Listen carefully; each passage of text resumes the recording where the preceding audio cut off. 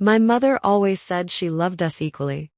She said it at every birthday, every Christmas, every ordinary Sunday dinner where the roast sat cooling between us while she asked Ryan about his week and let mine pass in silence. She said it so often that for years I actually believed her, the way you believe things you've been told since before you could form your own opinions.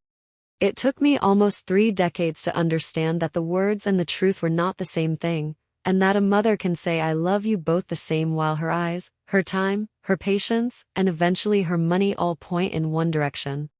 I am Caroline. I'm 39 now, an architect, married, with a daughter who is 7 and asks questions I don't always know how to answer. My brother Ryan is 36. He was always the charming one, the one who could walk into a room and make everyone forget whatever they had been worried about a moment before.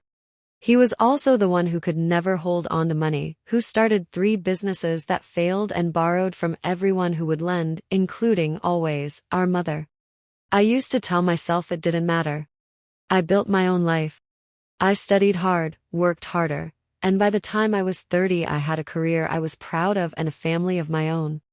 I didn't need my mother's approval to know I was doing well.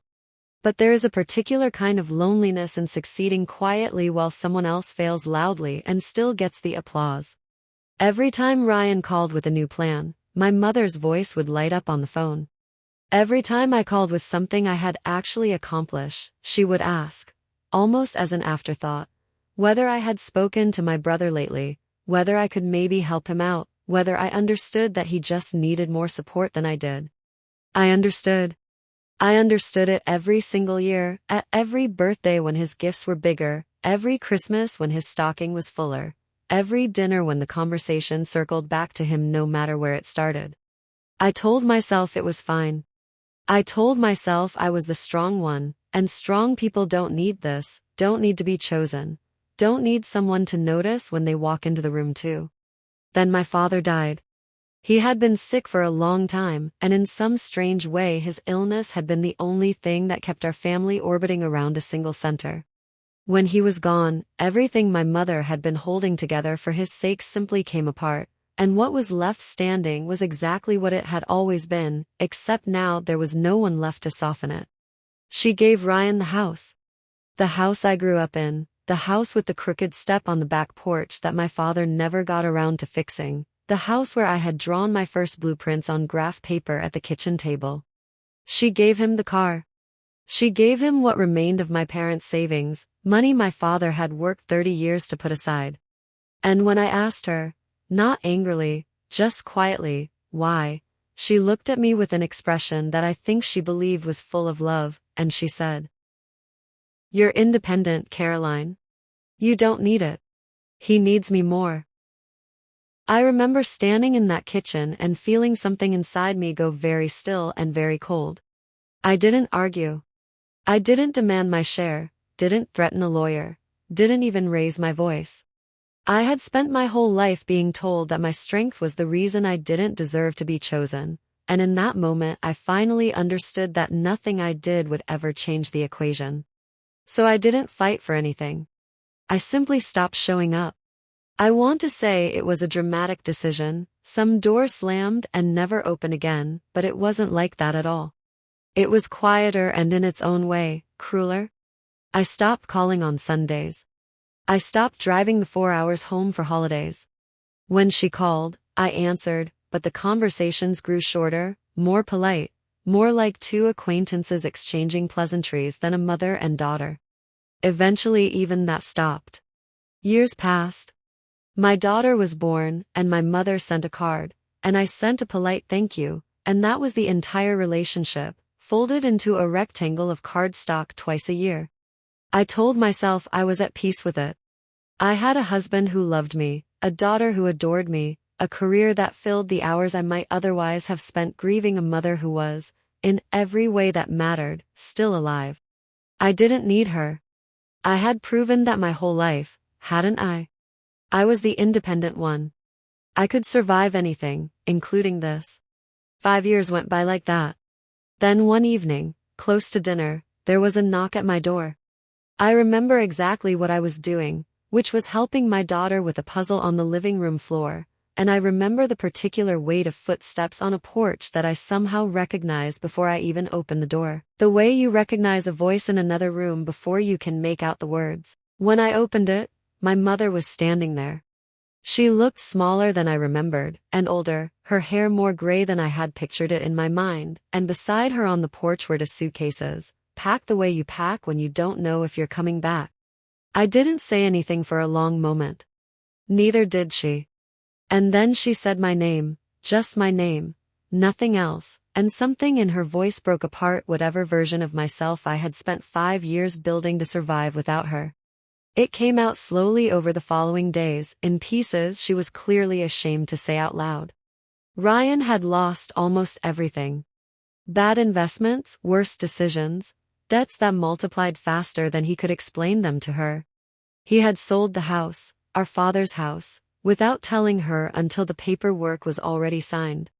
He had taken what was left of the money and moved across the country, chasing some new opportunity, some new version of the plan that was always going to finally work.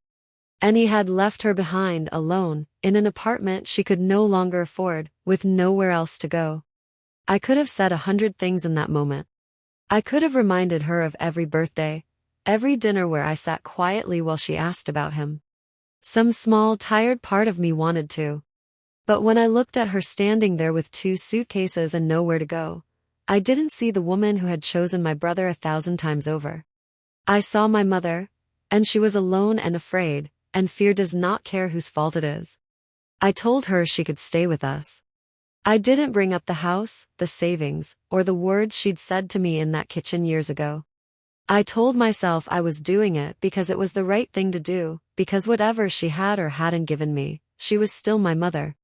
But if I'm honest, some part of me was also curious to see, finally, what her love looked like when there was no one else left to compete for it. The weeks that followed were strange in a way I hadn't expected. My mother helped in the kitchen. She read to my daughter at night, the same books I remembered her reading to me and later, exclusively to Ryan. She was quieter than I remembered, more careful with her words, as if she had finally learned, decades too late, that words could be weighed and measured before they were spent.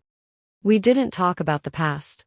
We built something smaller and more fragile instead, made mostly of silence and small kindnesses, the kind of relationship you build when you both know there is a wound between you but neither of you is ready to touch it. Then, one night, everything changed, and it changed because of something I never intended for her to hear. I had put my daughter to bed a little late that night, and I was sitting on the edge of her bed when she asked me, in the unguarded way children ask the questions adults spend their whole lives avoiding, why grandma cries every night. I hadn't realized she cried. I hadn't realized my daughter had noticed. But children notice everything, even the things we think we've hidden well enough. I didn't know exactly what to say, so I said what felt true in that moment, without overthinking it the way I might have if I had known my mother was standing just outside the door, close enough to hear. I told my daughter that sometimes people understand love too late. That sometimes a person spends so many years giving everything to one part of their family that they don't notice, until it's almost too late, that another part of their family has quietly slipped away. I said it gently, the way you explain something sad to a child, without blame, without anger, just the plain shape of the truth as I understood it. My mother was standing in the hallway. I found out later, though I didn't know it then, that she heard every word. I don't know what I expected her to feel, hearing that. Maybe I expected her to feel accused. Maybe some part of me, even after everything, still wanted her to feel it, wanted her to finally understand what those years had cost. But that isn't what happened. What happened, she told me much later, was that she finally understood something she had never let herself consider before. She had always assumed, in the quiet places where she allowed herself to think about it at all, that I hated her. That my silence over those 5 years had been anger, hardened into distance, a daughter punishing a mother for choosing wrong. Hearing me explain it to my own child, without cruelty, without bitterness, she understood for the first time that I hadn't hated her at all. I had simply stopped waiting for her to choose me. There is, I think, a particular kind of grief in realizing that your child didn't spend years hating you. It would almost be easier if they had. Hatred at least means you're still being thought about, still occupying space in someone's anger. What my mother understood that night, standing in a hallway she thought was empty, was something quieter and sadder than hatred. She understood that she had not been resented. She had simply been released. She didn't say anything to me that night. She didn't come to me crying, didn't demand forgiveness, didn't try to explain herself the way people sometimes do when they've been caught in the wreckage of their own choices. She was quiet for days afterward, more than usual, and I assumed it was just the ordinary weight of everything she was carrying.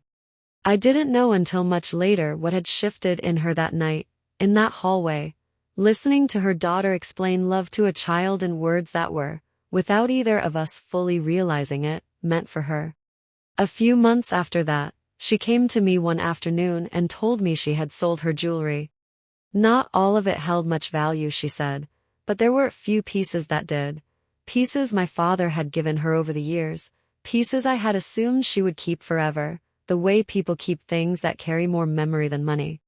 She had sold them quietly, without telling anyone, and with the money she had opened a savings account in my daughter's name, for her education, for a future my mother said she wanted to have a hand in building this time properly, without waiting until it was almost too late. She gave me the paperwork with hands that were shaking slightly, and she didn't say much else. She didn't need to. I understood what it meant, this small, deliberate act of putting something aside for a child who hadn't even been born the last time my mother had made a choice that favored one of her children over the other. This time, the choice was different. This time, it was an apology written not in words but in the specific, quiet language my mother had spent her whole life speaking in reverse. Not long after that, she wrote me a letter. I don't know why she chose to write it rather than say it out loud, but I think, in a way, I understand. Some things are easier to say when you don't have to watch the other person's face while you say them. In the letter, she wrote that she had spent years giving everything to the child who asked the loudest, and that she had almost lost the one who loved her quietly. She wrote that she used to think love was something you gave to whoever needed it most urgently, whoever's crisis was loudest in the room, and that she had never understood, until it was almost too late, that quiet love needs tending to, that it doesn't announce itself, doesn't demand, doesn't make a scene, and can therefore be mistaken, wrongly and for far too long, for something that doesn't need anything at all.